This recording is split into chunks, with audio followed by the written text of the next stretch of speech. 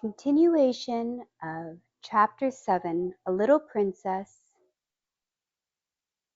The Diamond Mines Again.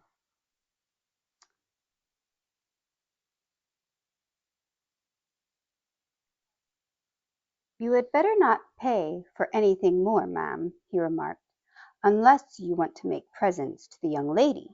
No one will remember you. She hasn't a brass farthing to call her own.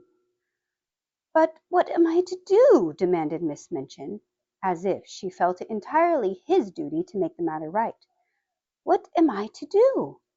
There isn't anything to do, said Mr. Barrow, folding up his eyeglasses and slipping them into his pocket. Captain Crewe is dead. The child is left a pauper. Nobody is responsible for her but you. I am not responsible for her, and I refuse to be made responsible. Miss Minchin became quite white with rage. Mr. Barrow turned to go. I have nothing to do with that, madame, he said uninterestedly. Barrow and Skipworth are not responsible. Very sorry the thing has happened, of course. If you think she is to be foisted off on me, you are greatly mistaken, Miss Minchin gasped. I have been robbed and cheated. I will turn her into the street. If she had not been so furious, she would have been too discreet to say quite so much. She saw herself burdened with an extravagantly brought-up child whom she had always resented, and she had lost all self-control. Mr. Barrow undisturbedly moved toward the door. I wouldn't do that, madame, he commented. It wouldn't look well. Unpleasant story to get about in connection with the establishment. Pupil bundled out penniless and without friends.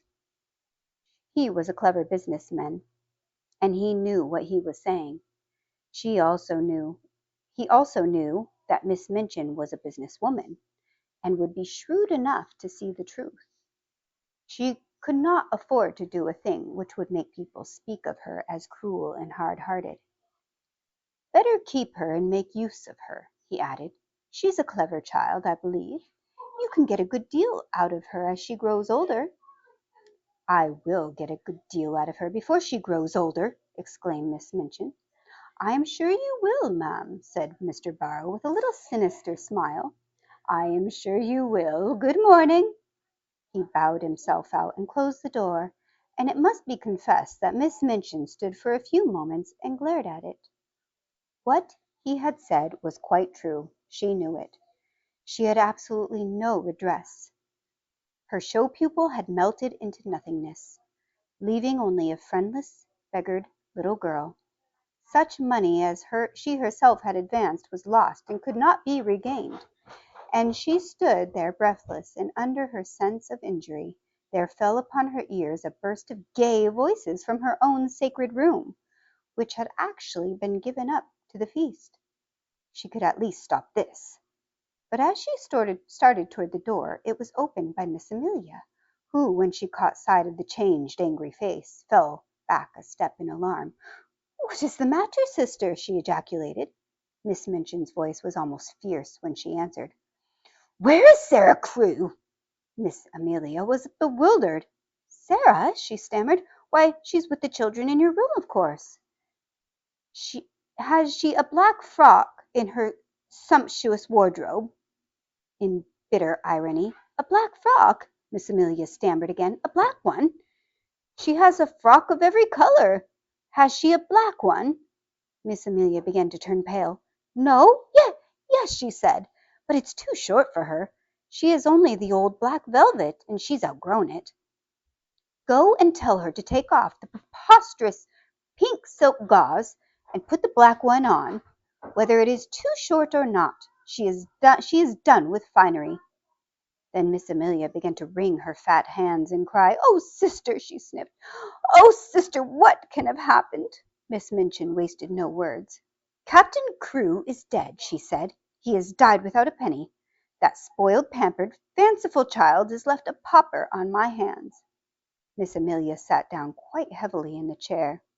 Hundreds of pounds have I spent on nonsense for her, and I shall never see a penny of it. Put a stop to this ridiculous party of hers. Go and make her change her frock at once. I, panted Miss Amelia, must go to tell her now. This moment, said the fierce dancer. Don't sit staring like a goose. Go! Miss Amelia was accustomed to being called a goose. She knew, in fact, that she was rather a goose, and that it was left to geese to do a great many disagreeable things. It was a somewhat embarrassing thing to go into the midst of a room full of delighted children and tell the giver of the feast that she had suddenly been transformed into a little beggar, and must go upstairs and put on an old black frock which was too small for her. But the thing must be done. This was evidently not the time when questions might be asked. She rubbed her eyes with her handkerchief until they looked quite red, after which she got up and went out of the room, without venturing to say another word.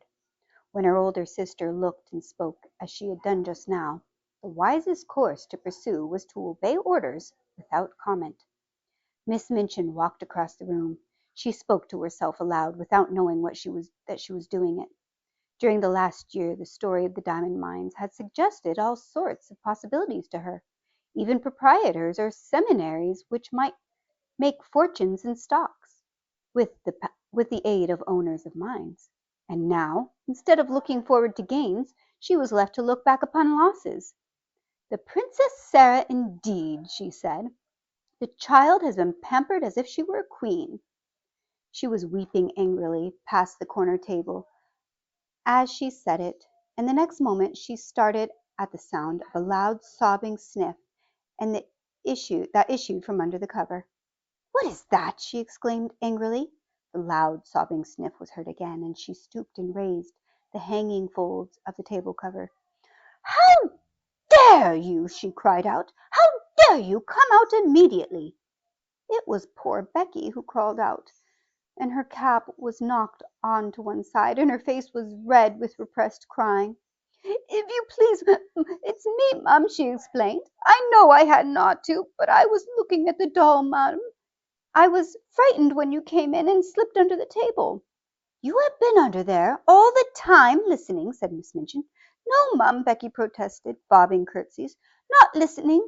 I thought I could slip out without your noticing, but I couldn't, and I had to stay. But I didn't listen, Mum. I wouldn't for nothing, but I couldn't help hearing." Suddenly it seemed almost as if she lost all fear of the awful lady before her, and she burst into fresh tears. "Oh, please," she said, "I dare say you'll give her me warning, Mum. But I'm so sorry for poor Miss Sarah. I'm so sorry." "Leave the room," ordered Miss Minchin.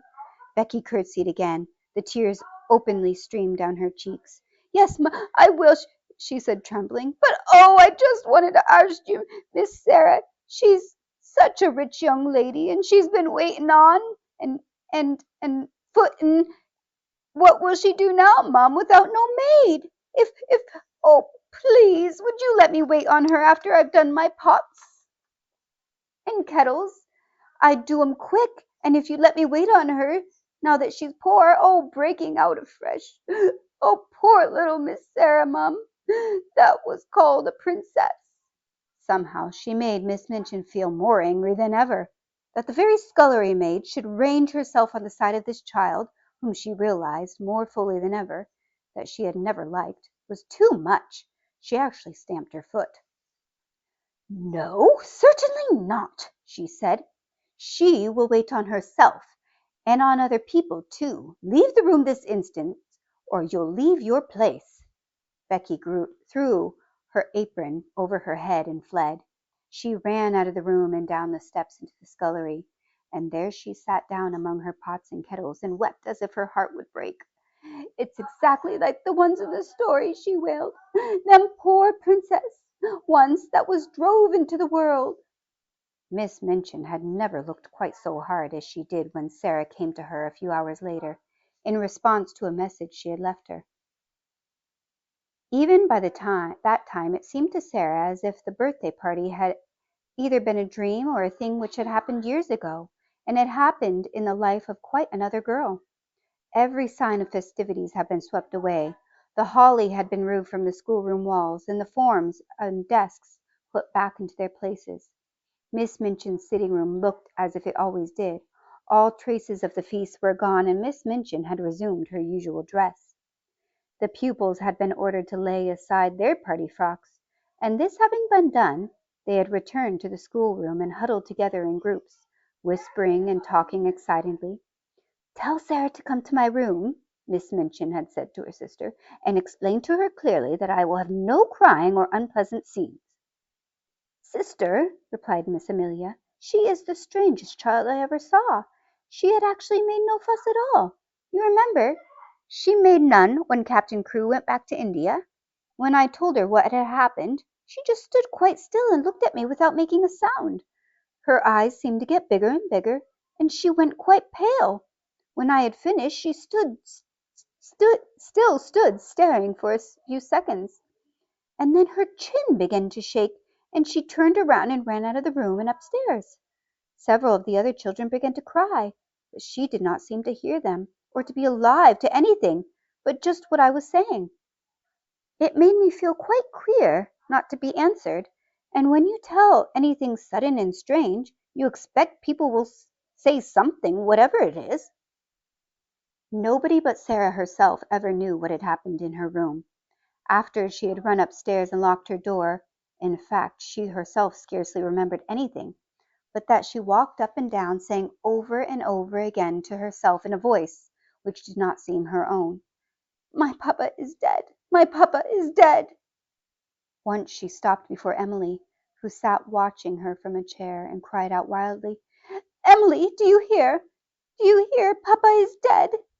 He is dead in India, thousands of miles away." When she came into Miss Minchin's sitting room in answer to her summons, her face was white and her eyes had dark rings around them. Her mouth was set as if she did not wish to reveal what she had suffered and was suffering. She did not look in the least like a rose-colored butterfly child who had flown about from one of her treasures to the other in the decorated schoolroom. She looked instead a strange, desolate, almost grotesque little figure. She had put on, without Marriott's help, the cast-aside black velvet frock. It was too short and tight, and her slender legs looked long and thin, showing themselves from beneath the brief skirt. As she had not found a piece of black ribbon, her short, thick black hair tumbled loosely around her face, and contrasted strongly with its pallor.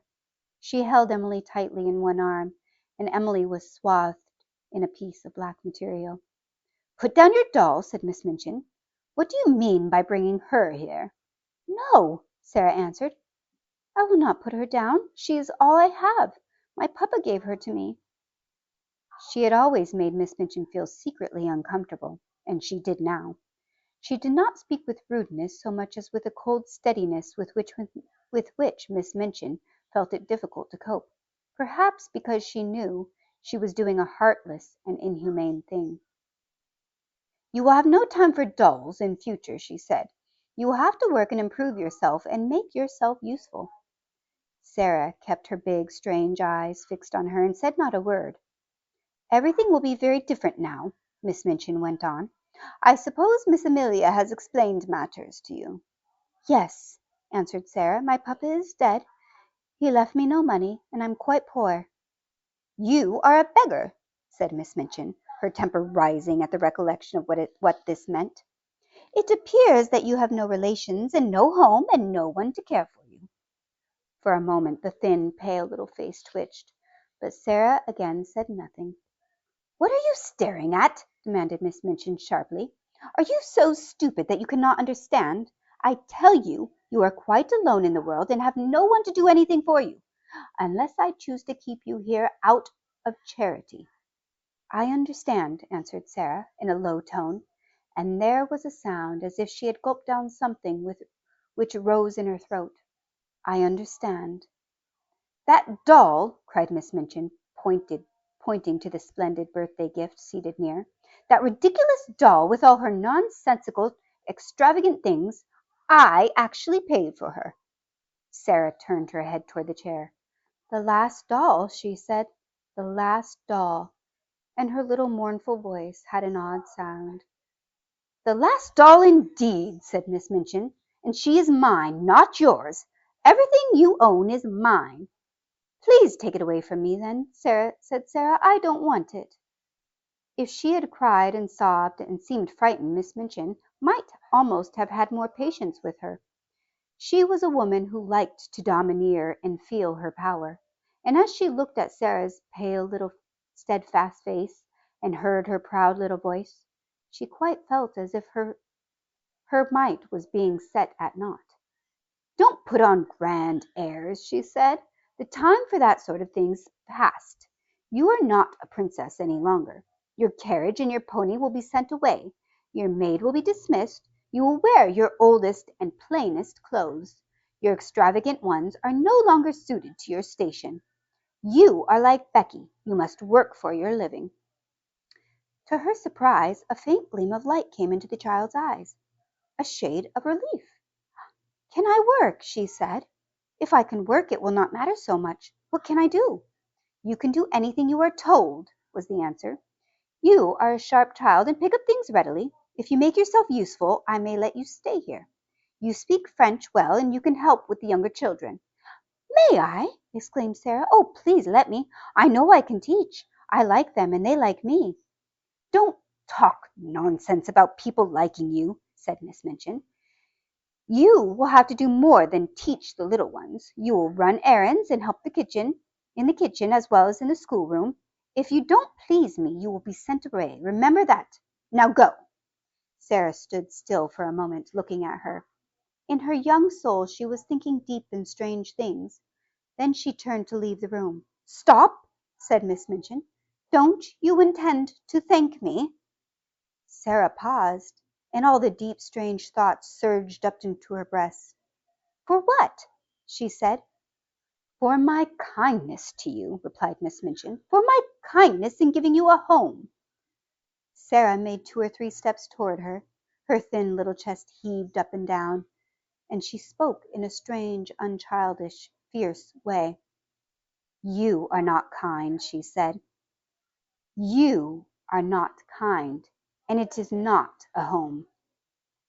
And as she turned and ran out of the room before she could stop her or do anything but stare after her with stony anger, she went up the stairs slowly, but panting for breath, and she held Emily tightly against her side. "I wish she could talk," she said to herself. "If she could speak! If she could speak!" She meant to go to her room and lie down on the tiger skin, with her cheek upon the great cat's head, and look into the fire and think and think and think. But just before she reached the landing, Miss Amelia came out of the door and closed it behind her, and stood before it, looking nervous and awkward. The truth was that she felt secretly ashamed of the thing she had been ordered to do. "You are not to go in there," she said. "Not go in?" exclaimed Sarah, and she fell back a pace. "This is not your room now," Miss Amelia answered, reddening a little. Somehow, all at once, Sarah understood. She realized that this was the beginning of the change Miss Minchin had spoken of. "Where is my room?" she asked, hoping very much that her voice did not shake. "You are to sleep in the attic with Becky." Sarah knew where it was. Becky had told her about it. She turned and mounted up 2 flights of stairs. The last one was narrow, and covered with shabby strips of old carpet. She felt as if she were walking away and leaving far behind her the world in which that other child, who no longer seemed herself, had lived. This child, in her short, tight old frock, climbing the stairs to the attic, was quite a different creature. When she reached the attic door and opened it, her heart gave a dreary little thump. Then she shut the door and stood against it and looked about her. Yes, this was another world. The room had a slanting roof and was whitewashed. The whitewash was dingy and had fallen off in places. There was a rusty grate, an old iron bedstead, and a hard bed covered with a faded coverlet. Some pieces of furniture, too much worn to be used downstairs, had been sent up. Under the skylight in the roof, which showed nothing but an oblong piece of dull grey sky, there stood an old battered roof footstool. Sarah went up to it and sat down. She seldom cried. She did not cry now. She laid Emily across her knees and put her face down upon her and her arms around her and sat there, her little black head resting on the black draperies, not saying one word, not making one sound. And as she sat in the silence there came a low tap at the door, such a low, humble one that she did not at first hear it, and indeed was not roused until the door was timidly pushed open, and a poor tear-smeared face appeared peeping round it. It was Becky's face, and Becky had been crying furtively for hours and rubbing her eyes with her kitchen apron, until she looked strange indeed. "Oh, miss," she said under her breath, "might would you allow me just to come in?" Sarah lifted her head and looked at her. She tried to begin to smile, and somehow she could not. Suddenly, and it was all through the loving mournfulness of Becky's streaming eyes, her face looked more like a child's, not so much too old for her years. She held out her hand and gave a little sob. "Oh, Becky," she said, "I told you we were just the same, only two little girls, just two little girls. You see how true it is? There's no difference now. I am not a princess any more." Becky ran to her and caught her hand and hugged it into her breast, kneeling beside her and sobbing with love and pain. "Yes, miss, you are," she cried, and her words were all broken. "Whatever happens to you, whatever, you'd be a princess all the same, and nothing could make you nothing different."